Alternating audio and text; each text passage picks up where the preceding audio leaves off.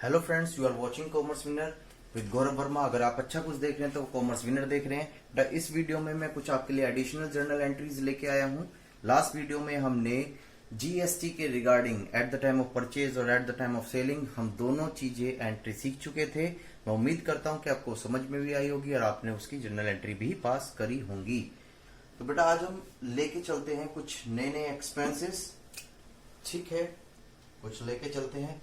जैसे होता है आउटस्टैंडिंग, इसको बेटा शॉर्ट में ऐसे बोलते हैं आउटस्टैंडिंग एक्सपेंसेस। इसकी कंपैरिजन आप ओपनिंग स्टॉक से मत करना, ठीक है। ये है आउटस्टैंडिंग एक्सपेंसेस। लेकिन सबसे पहली बात ये आती है कि इसका मतलब क्या होता है। इसका मतलब होता है बेटा कि वो अमाउंट जो ड्यू हो चुकी है, यानी कि आपको पेमेंट करनी है लेकिन अभी आपने पेमेंट नहीं करी। जैसे एग्जाम्पल के पॉइंट ऑफ व्यू से लेके चलते हैं 31 मार्च 2020 या 21, ठीक है। आपको जो है 28 2021 को अपना रेंट पे करना था। क्या करना था? रेंट पे करना था। किस चीज का? शॉप का। ठीक है, कोई दिक्कत नहीं, जो भी आपने ऑफिस वगैरह किराए पर ले रखे हैं। लेकिन हुआ क्या, उसने आपने जो है उसकी पेमेंट अभी तक नहीं करी है। ठीक है, तो जब आप at the end year of the अपने बुक्स ऑफ अकाउंट्स प्रिपेयर करेंगे तो उसे आउटस्टैंडिंग दिखाएंगे, यानी कि आउटस्टैंडिंग रेंट। क्यों दिखा रहे हो? क्योंकि वो अमाउंट जो आपको 28 तारीख में पे करनी थी लेकिन वो 31 मार्च तक आपने पे नहीं करी। तो इसका मतलब ये वो खर्चा है जो आपको देना बाकी है, तो उसे बोलते हैं हम आउटस्टैंडिंग एक्सपेंसेस। पर याद रखना बेटा, जो आउटस्टैंडिंग एक्सपेंसेस होते हैं ये आपकी लायबिलिटीज होती है। क्या होती है? लायबिलिटीज। क्योंकि एक्सपेंसेस होता है तो इसका मतलब क्या कि हमने खर्चा बुक कर लिया, लेकिन आपका ये खर्चा हो तो गया लेकिन अभी आपने उसकी पेमेंट नहीं करी है। इस वजह से इसको आउटस्टैंडिंग एक्सपेंसेस बोला जाता है और ये ट्रीट करी जाती है एज ए लायबिलिटी। क्यों? क्योंकि आज नहीं तो कल इसकी पेमेंट आपको करनी पड़ेगी और जिसकी पेमेंट फ्यूचर में करी जाती है उसको बोला जाता है आउटस्टैंडिंग, उसे बोला जाता है लायबिलिटीज। क्लियर हो गई? तो इसकी हम एंट्री पास करने वाले हैं।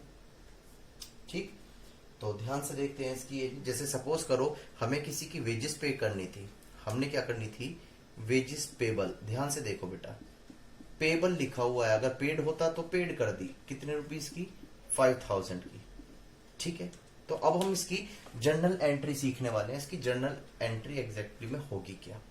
ध्यान से देखें, वेजेस जो है हमारा वो एक तरीके से खर्चा है और खर्चे को कौन सा अकाउंट डील करता है? नॉमिनल। और वो क्या कहता है? All expenses should be debit. तो वेजेस अकाउंट्स को हम क्या करने वाले हैं? यहाँ पर डेबिट करने वाले हैं 5000 से।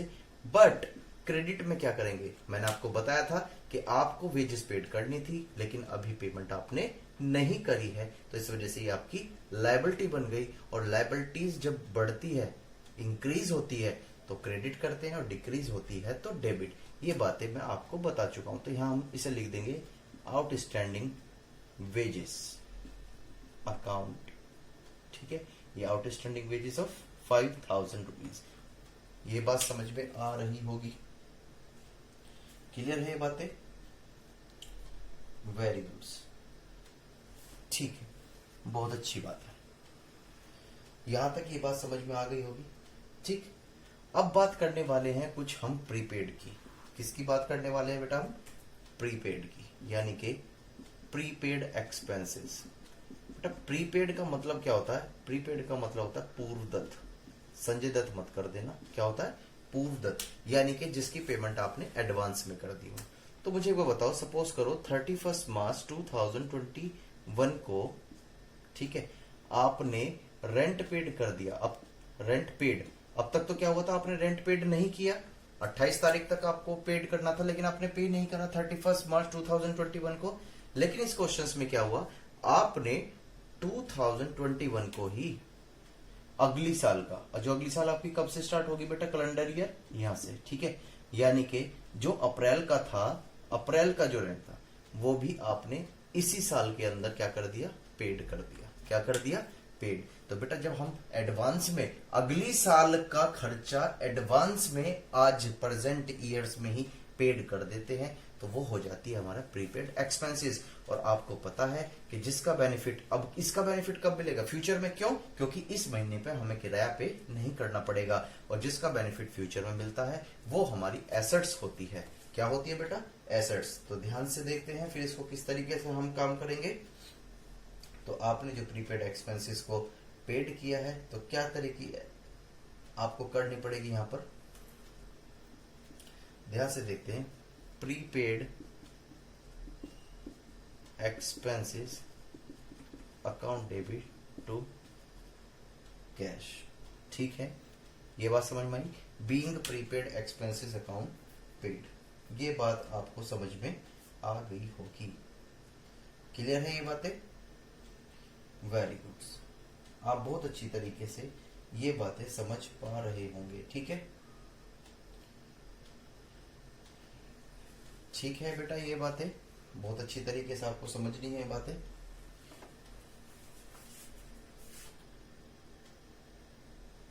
ठीक है बेटा। तो बेटा ये जो हमने एंट्री करी है, this is the transaction entry. ये क्या है आपकी? ट्रांजेक्शन एंट्री, ठीक है। दो तरह की एंट्री होती है, एक होती है ट्रांजेक्शन एंट्री, एक होती है एडजस्टेड एंट्री। तो इसी की हम अगर एडजस्टमेंट एंट्री भी देख लें तो क्या होगा, ध्यान से। एडजस्टमेंट एंट्री में क्या हो जाएगा? प्रीपेड एक्सपेंसेस अकाउंट डेबिट, क्योंकि बेटा ये आपकी एसेट्स है, इसका बेनिफिट फ्यूचर में मिलेगा, इसमें से डेबिट।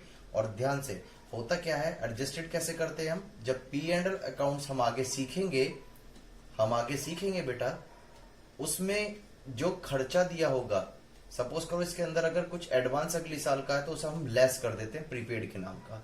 तो यहां पर कहीं ना कहीं खर्चा क्या हो रहा है? कम हो रहा है। तो इस वजह से हम यहां पर हम एक्सपेंसेस अकाउंट्स को क्रेडिट करेंगे। This is the adjustment entry, not a transaction entry,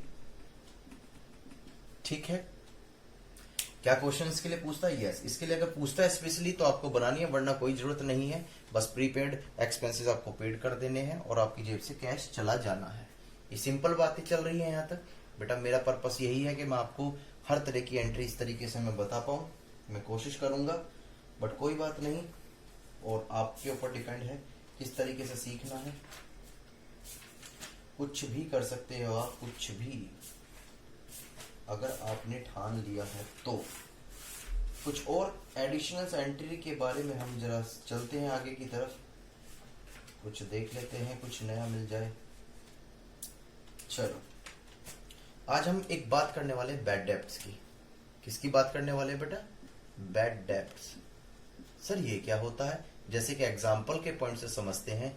ये बेटा आपकी शॉप है, ठीक है, और आप क्या हो? इसके ओनर हो, मालिक हो इस दुकान के, ठीक है।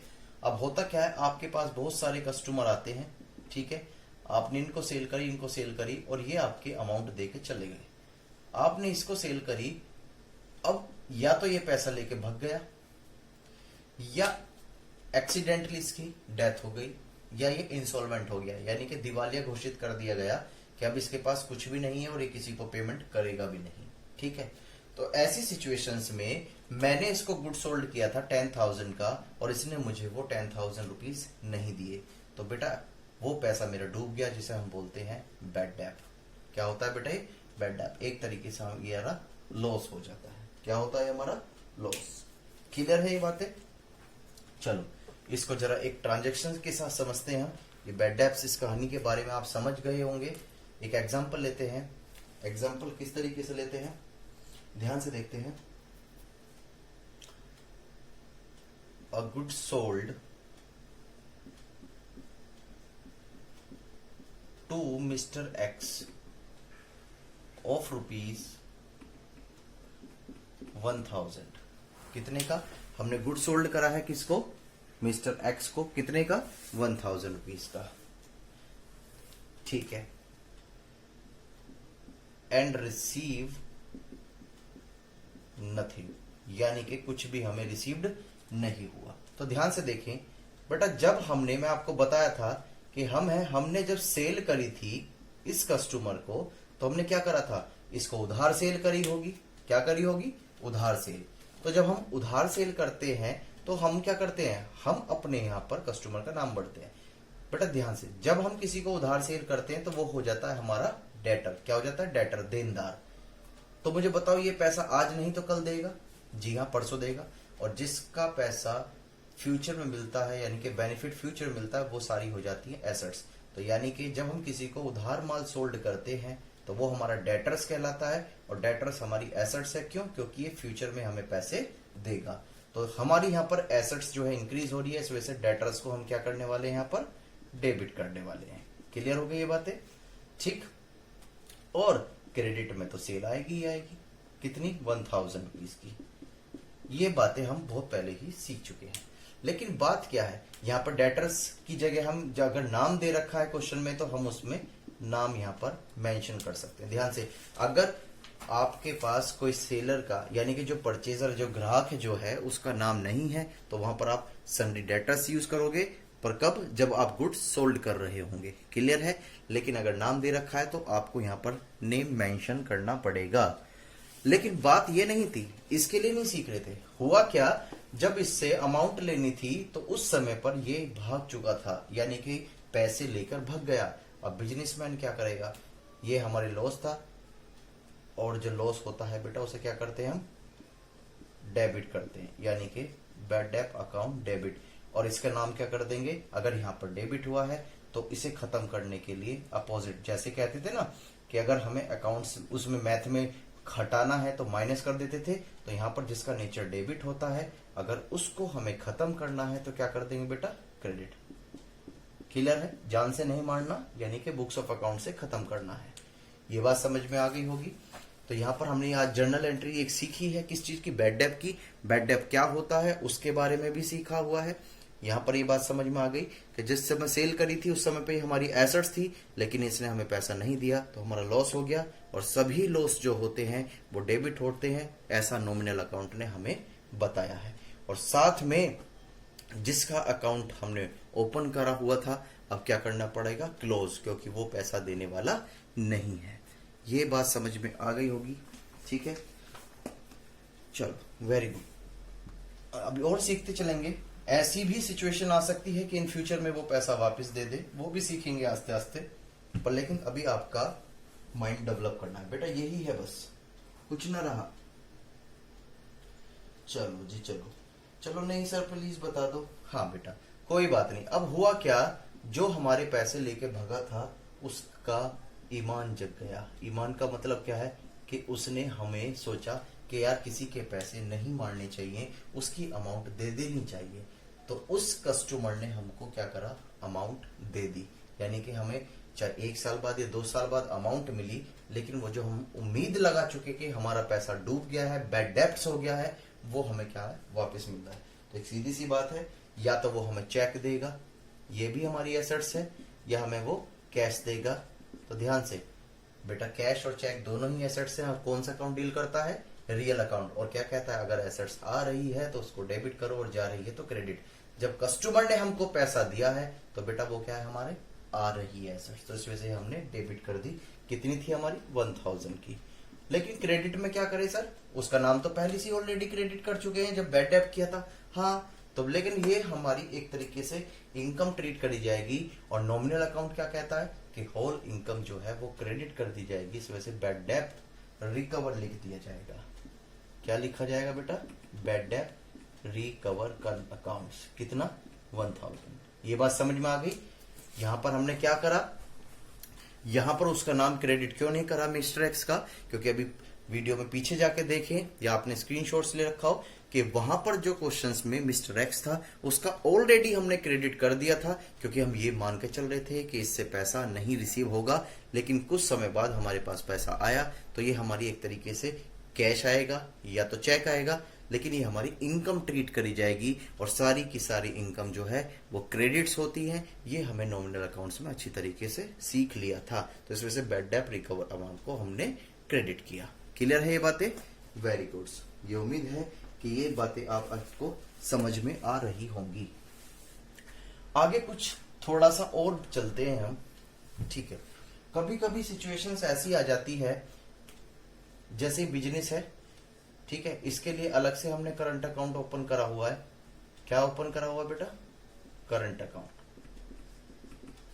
और ये जो बिजनेसमैन है, होता क्या है, कभी कभी इसको अमाउंट की जरूरत पड़ती है और ये अपने पर्सनल यूज के लिए, किसके लिए बेटा?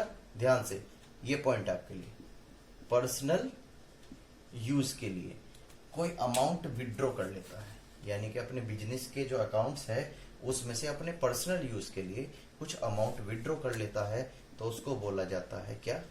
ड्रॉइंग। क्या बोला जाता है बेटा? ड्रॉइंग। ये बात समझ में आती है। और ध्यान से, ये बिजनेस के लिए एक तरह से क्या होता है? एक्सपेंसेस ही होता है। क्या ट्रीट करते हैं बेटा इसको? ठीक है, तो अब ध्यान से देखो, ड्रॉइंग्स का नेचर ये एक्सपेंसेस, तो इसको हम क्या कर देंगे एंट्री में? डेबिट। क्यों? नॉमिनल अकाउंट क्या कहता है? All expenses should be debited. और ध्यान से, बिजनेस से, बस सीधी सी बात है, इसने बिजनेस से पैसा निकाल लिया, तो बताओ यहाँ पर जो कैश, हमारी जो एसेट्स है वो बढ़ रही है घट रही है? जब ये पैसा निकाल रहा है सर घट रही है, तो जब घट रही है तो इसको कैश को हम क्या कर देंगे? क्रेडिट कर देंगे। रटना नहीं है, सारी बातें समझनी है। तो यहाँ पर आपने ड्राइंग्स की एंट्री सीखी और ड्राइंग का मतलब भी आप अच्छी तरीके से समझ चुके हो। चलो कुछ और भी आगे की तरफ बढ़ने की कोशिश करते हैं। ठीक है, कभी कभी सिचुएशंस ऐसी हो जाती है, इसी ट्रांजेक्शन्स के अंदर बता रहा हूं मैं। यहां तो हमने कैश विड्रॉ किया था। क्या विड्रॉ किया बेटा? कैश। लेकिन ध्यान से, कभी कभी ऐसा होता है कि जो ओनर जो है अपने घर का जो राशन है, सपोज करो ये बड़ी बड़ी उसके लिए बात कर रहा हूं मैं, ये एक मेरी शॉप है, ठीक है। अब इसमें जो मैंने परचेज करी हुई थी, यानी कि वो गुड्स खरीद रखा था जो मुझे फ्यूचर में क्या करना है? सेल करना है।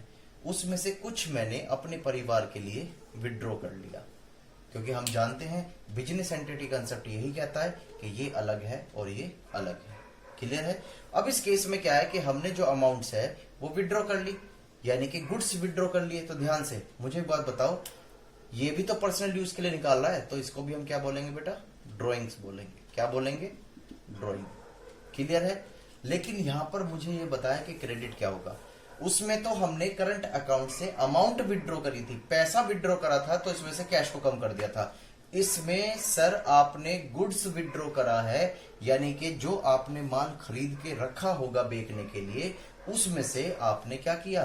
कुछ गुड्स अपने पर्सनल यूज के लिए ले लिए, तो वो आपकी ड्राइंग बन गई। और जाहिर सी बात है परचेज हमारी कम हो गई। क्या हो गई? कम, क्योंकि आपने इसमें से क्या कर लिया? विड्रॉ कर लिया। ये बात समझ में आ गई होगी? Very good. तो यहां आ जाएगा परचेज अकाउंट, क्योंकि आप देख सकते हो जब परचेज करते हैं तो हम परचेज को डेबिट करते हैं, लेकिन यहां पर जब अमाउंट विड्रॉ कर ली, वो सॉरी, जब गुड्स विड्रॉ कर लिया है पर्सनल यूज के लिए, तो जाहिर सी बात है हमारी परचेज उतनी ही अमाउंट से क्या हो जाएगी? कम हो जाएगी। जैसे एग्जांपल, यहां पर जो है 100 बिस्किट्स के पैकेट थे, 20 वो अपने सॉरी या 2 जो है वो अपने पर्सनल यूज के लिए ले गए, तो अब कितने बचे? 98।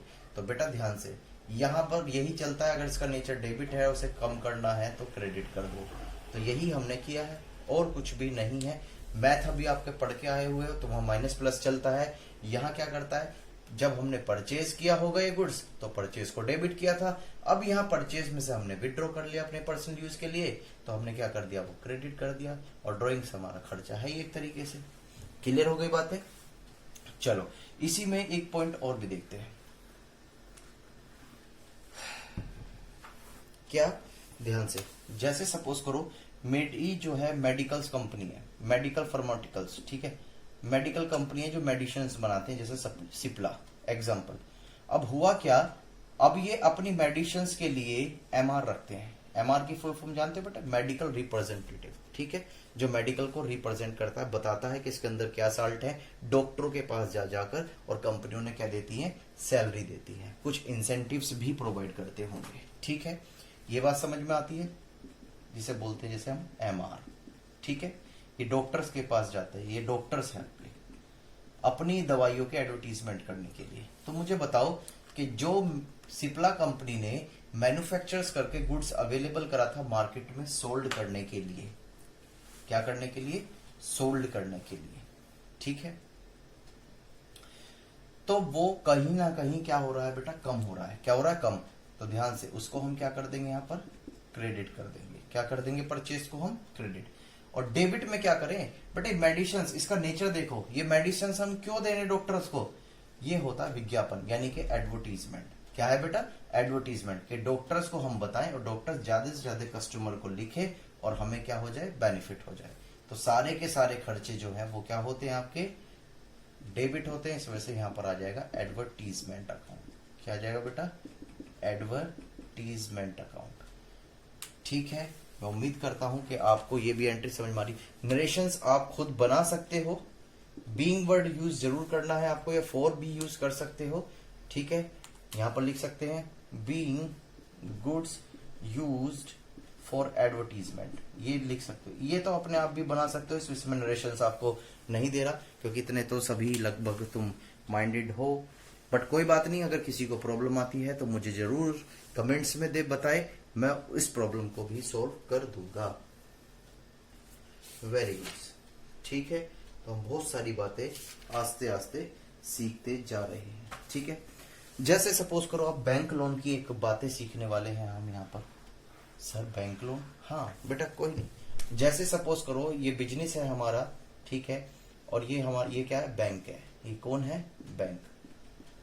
अब इस बैंक से हमने क्या लिया बेटा, लोन लिया। क्या लिया, लोन, बिजनेस में। तो ध्यान से, इसके पास क्या आया सर, या तो वो चेक देंगे या वो कैश, ज्यादातर तो चेक ही आता है, बट समझाने के लिए मैं लिख देता हूं। तो यहां पर मिस्टर अकाउंटेंट क्या एंट्री करने वाले हैं, जरा ध्यान से देखें। गया कुछ नहीं है, पता चला कि यहां से सर प्रॉपर्टी के कागज रख दिए, मशीन का कोई मशीन के पेपर्स रख दिए, उसकी बात नहीं कर रहे। जरा नेचर समझो उसका, कि जब हमने इससे पैसा लिया तो पैसा आया और ये हमारी एसेट्स है, ये पैसा एसेट्स है। ध्यान से ये मत समझ लें सर लोन ले रहे तो हमारी एसेट्स कहाँ है, बेटा ध्यान से, लोन नहीं मिलता, लोन में कैश मिलता है, तो वो हमारी एसेट्स है। क्यों, इसका बेनिफिट फ्यूचर में मिलेगा, काम करेंगे हम, अपने बिजनेस को डेवलप करेंगे। तो इस वजह से जब ये बिजनेस में आ रही है, यानी कि इंक्रीज हो रही है, तो हमने क्या कर दिया, डेबिट्स कर दिए। क्लियर है बातें। लेकिन ध्यान से, साथ के साथ बिजनेस में उसकी एक रिस्पॉन्सिबिलिटी, एक लायबिलिटीज भी इंक्रीज हो रही है। क्या हो रही है, लायबिलिटीज के फ्यूचर में इसको जो बैंक से पैसा लिया है विद इंटरेस्ट आपको वापस भी करना पड़ेगा। क्या करना पड़ेगा बेटा, वापस भी करना पड़ेगा। ये बात समझ में आ रही है। तो ये बन जाती है क्या, बैंक की, इसकी सॉरी बिजनेस की लायबिलिटी। और मैंने आपको बताया है जब लायबिलिटी इंक्रीज होती है तो उसे क्रेडिट करते हैं और डिक्रीज होती है तो डेबिट। तो यहां पर आ जाएगा आपके बैंक लोन्स भी लिख सकते हो आप, बैंक लोन अकाउंट्स, ठीक है।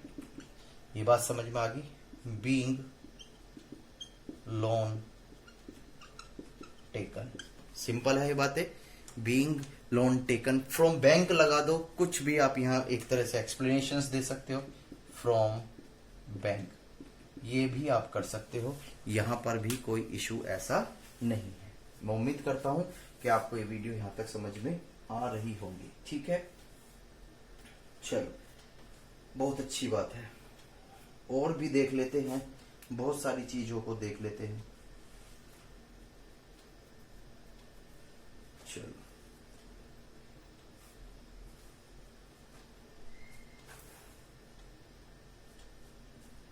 साथ बने रहिएगा अभी वीडियो के।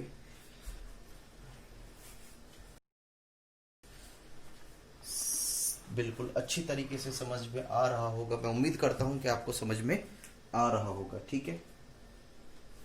Very good. क्या सर इसका जब हम परचेज करके लाएंगे आईजीएसटी, बेटा अभी मैं कुछ और नहीं बता रहा, बहुत सिंपल एंट्री बताई है। अभी मैंने इनपुट आईजीएसटी अगर हम पेड करके आते हैं टैक्स, तो उस समय क्या ट्रीटमेंट होगा इन तीनों एंट्री में, सेल में क्या ट्रीटमेंट हो, अभी कुछ नहीं, बस जो जो मुझे मिल रहा है, जो जो मैं समझ पा रहा हूं या जो समझा पा रहा हूं, बस ये मानकर चलो बस वही मैं आपको समझा रहा हूं, ठीक है। इतना दिमाग नहीं लगाना, क्योंकि हमें बूंद बूंद से सागर बढ़ना है। और एक साथ अगर हम यूज करते हैं तो आपने भी सुना हो कि अगर हम पार्टी वगैरह में जाते हैं तो ज्यादा नई नई चीजें डिश खाते हैं तो पेट सुबह को क्या हो जाता है, खराब हो जाता है। तो बेटा यही होता है, इकट्ठा खाने से हमेशा प्रॉब्लम होती है। यहाँ पर हमें अकाउंट्स है, डाइजेस्ट भी करना है, अच्छी तरीके से कंसेप्ट को कंज्यूम भी करना है, ठीक है। जैसे जैसे समझा रहा हूं वैसे वैसे ही आप समझते रहें प्लीज, ये मेरी रिक्वेस्ट है आपसे, ठीक। कभी कभी क्वेश्चंस जो है ये भी कह देता है, क्या कह देता है वो मैं आपको बता देता हूं कि क्या कह देता है क्वेश्चन, जरा ध्यान से इस चीज को सुनना है।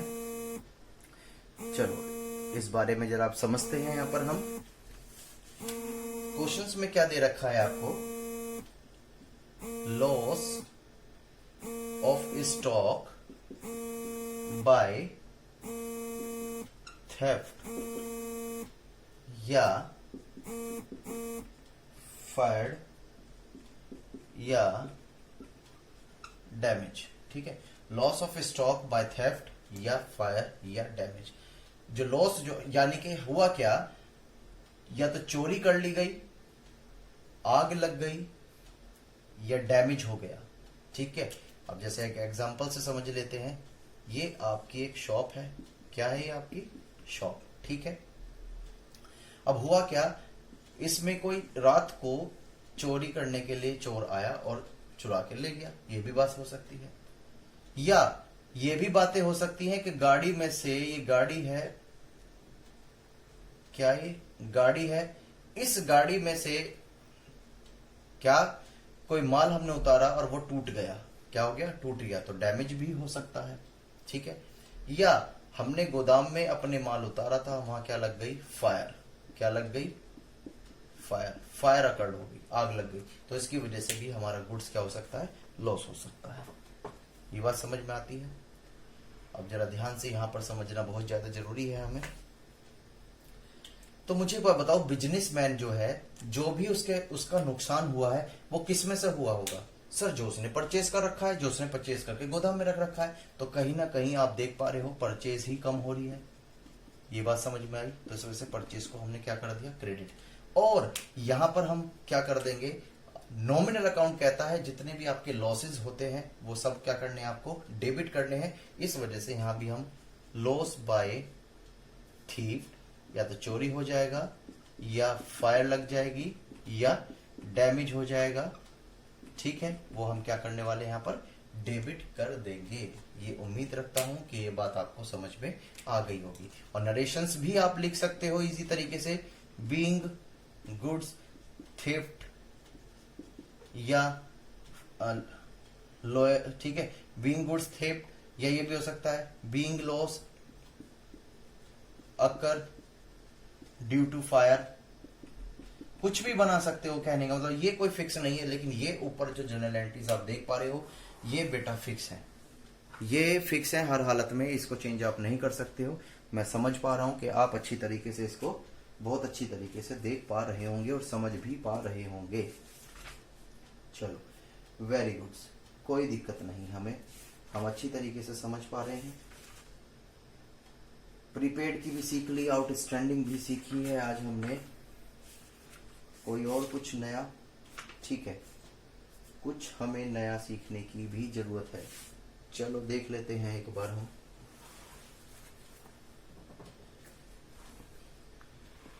ये इस एंट्री को भी समझने की कोशिश करते हैं।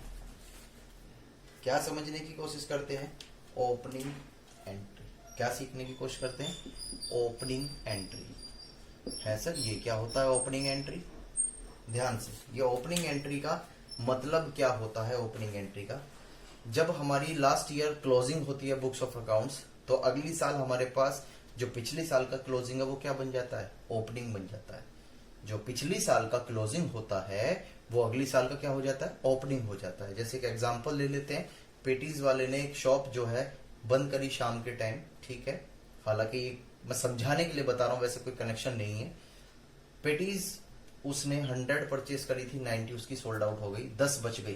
क्या वो सुबह को जब ओपन करेगा तो वो 10 की 10 पेटीज फेंक देगा या सबसे पहले उन्हें सोल्ड करेगा?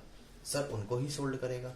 तो ऐसी क्या होता है बिजनेस में, जो पिछली साल का क्लोजिंग होता है यानी कि 31 मार्च पर जो बैलेंस बचता है वो अगली साल का यानी कि 1 अप्रैल का ओपनिंग बन जाता है। तो उसके लिए हम एक एंट्री करते हैं, क्या?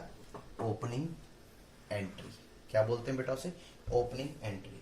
तो ध्यान से, इसमें कुछ नहीं करना, ये समझना ही है बस। ध्यान से, जब हमने बुक्स ऑफ अकाउंट्स अपने क्लोज करे थे लास्ट ईयर के, तो हमारे पास कुछ लायबिलिटीज भी होंगी और हमारे पास कुछ एसेट्स भी होंगी। हम जानते हैं सारी एसेट्स डेबिट होती हैं और सारी लायबिलिटीज क्या होती है? हमारी क्रेडिट। क्यों? क्योंकि एसेट्स है, इसका बेनिफिट मिलता होगा तो आने वाले को डेबिट, और यहाँ लायबिलिटीज है तो इसमें हम पेमेंट करते हैं, तो फ्यूचर में जाने की बात हो रही है तो इसमें से लायबिलिटीज। क्लियर है? तो जैसे ही हम ओपनिंग करते हैं यानी कि स्टार्टिंग करते हैं 1 अप्रैल 2020, जैसे एक एग्जांपल ले चले, तो यहां पर जितनी भी हमारे पास पिछली साल एसेट्स बची हुई थी उनको तो हम क्या कर देंगे? डेबिट साइड में लिख देंगे। कहां लिख देंगे? Debit side. जैसे सपोज करो एग्जांपल पे स्टॉक बच गया था तो स्टॉक को हम डेबिट कर देंगे, ठीक है। मशीन थी हमारे पास तो मशीन को हम डेबिट कर देंगे, आप समझ पा रहे होंगे। फर्नीचर अगर हमारे पास होता है तो उसको भी हम क्या कर देंगे, डेबिट कर देंगे, ठीक है। और लैंड भी है हमारे पास तो उसको भी हम क्या कर देंगे, डेबिट, सोन।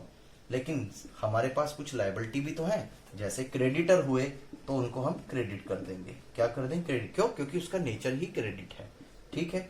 या यहाँ पर हमें बैंक लोन ले रखा है तो हम बैंक लोन भी कर देंगे, ये बात समझ में आ गई होगी। या कैपिटल भी जो लगा रखी है वो भी आपके यहाँ पर आ जाएगी, ये बात समझ में आई या नहीं, ठीक है। तो यहाँ पर एक नरेशंस हम बना देंगे, being all balances of assets and liabilities are brought forward। ये brought forward का मतलब क्या होता है बेटा, ये आगे पढ़ेंगे हम। बीडी और सीडी बोलते हैं। बीडी का मतलब क्या होता है, जो पिछली साल से इस बार आया है, जैसे हमने लिखा ब्रॉड फॉरवर्ड, यानी कि जो पिछली साल का बैलेंस है वो इस साल आया है तो उसे हम ब्रॉड फॉरवर्ड बोलते हैं। उम्मीद करता हूं कि ये बातें आपको समझ में आ रही होगी अच्छी खासी, कोई इसमें प्रॉब्लम्स ऐसी नहीं दिख रही मुझे कि जो आपको प्रॉब्लम भी करे। तो ओपनिंग एंट्री भी हम यहाँ सीख चुके हैं, वेरी गुड, बहुत ही अच्छी बात है, ठीक है। तो बेटा हम न्यू क्लास, नई जो अब नेक्स्ट क्लास होगी उसमें नए कॉन्सेप्ट के साथ मिलेंगे, ठीक है। तो फिलहाल के लिए bye bye and thank you for watching my videos and take care.